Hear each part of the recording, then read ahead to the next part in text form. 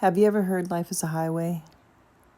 Well, sometimes you wake up and you realize you're on a highway created by someone else and you don't want to be on it anymore. But how do you change it? Maybe you're in a job or relationship and you're feeling dissatisfied. Therapy can be helpful in starting to articulate what you're feeling and thinking and understanding why and what it is you want to do. Using different modalities and interventions, new pathways can be created. It's kind of like forging a new frontier of your own choosing. For some people, the internal, well-developed, technologically advanced superhighway wasn't originally created by them. So getting curious about who influenced the original pathways, who's invested in the continuation of the current internal system, that's an important piece of information that you want to gather. Sometimes it can feel powerless to try to make changes. It can feel overwhelming. So starting out with curiosity, especially when there's a lot of confusion and an initial lack of agency, that's going to be helpful. In therapy, autonomy and self-trust can be nurtured, making it easier to know where to begin. As that awareness of personal voice and choice emerge, and along with it, a belief that you matter, because you do. Self-evaluation along the way supports slowing down, evaluating progress, knowing that you can pivot at any moment.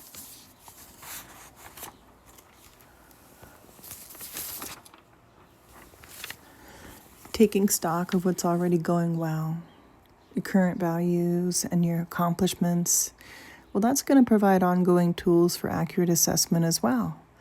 Mindfulness tools can increase focus. It can help you develop an internal and external sense of observation. For some, using emotion regulation tools are going to be an important part of expanding the window of tolerance and increasing internal capacity. For others, identifying and having tools to work with those automatic negative hot thoughts is going to be an essential part of moving forward. Understanding that thoughts and emotions are part of an internal and complex system like a superhighway, informing outcomes constantly, and that every one of us can learn to increase mental flexibility, which increases our options and leads to an awakening that propels us into conscious decision-making. Sometimes stress responses like fight, flight, and freeze will take over, and the old internal highway, well, that just grabs us and sends us right back in time, resulting in feeling stuck. And sometimes when people feel stuck, it's hard to see that there's an end to it. But there is a way out. Recognizing and naming emotions, recognizing and naming thoughts, approaching them with curiosity, that can support the deactivation of the amygdala and the activation of the thinking brain. Committed action and following through is necessary to make changes and sustain progress.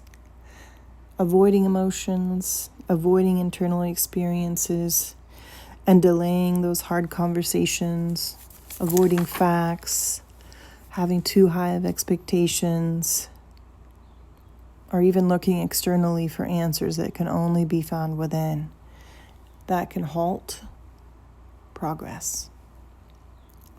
All thoughts and all emotions are allowed on this internal superhighway, with the awareness that it does get easier to allow them their appropriate space, their appropriate place, without allowing them to hijack the entire system.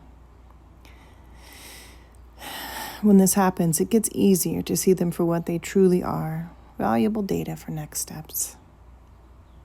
Cultivating the ability to notice, observe, and pay attention leads to increased capacity mental flexibility, and an overall more accurate view of reality, making committed action easier. It's exhilarating to guide and witness someone who decides to hang up that under construction sign and take the time that they need to assess, repair, or redesign their own internal superhighway. Sometimes that means slowing down, regrouping, and focusing on self-care, because it's not easy. Something else that I've seen that's helpful is actually drawing and visualizing the sequence of events that happen on that highway that lead to a pattern of undesired outcomes. That can be a way to affect initial and ongoing change as well.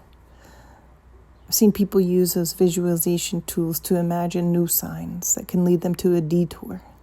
And if the current pathway is leading where you don't want to go, you can create your own detour to a more compassionate path, and with signs that support changes in thoughts and emotions that can provide relief and a new sense of control on your journey.